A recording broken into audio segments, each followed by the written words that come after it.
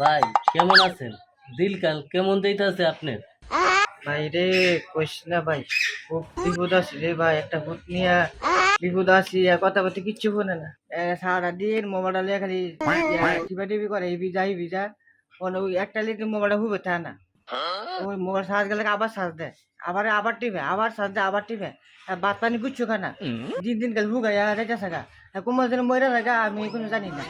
আমি ও করে আমি এর আমি মনে হচ্ছে মরে গেছে রে, ইয়ার টানটা।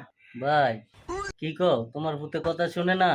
দাঁড়াও শোনাইতেছি। কথা শোনাইতে বোধ 1 মিনিট লাগবো। বাতিজা এই ফিলুটটা আউটসাইড দেখি।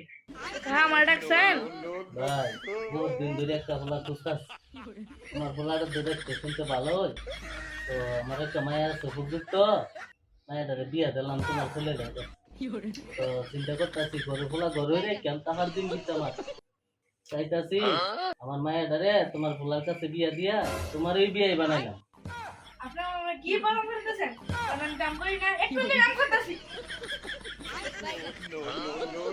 তাই দেখছেন, এক ট্যাবলেট কাম করে লাইছে আমার কাছে দইরা।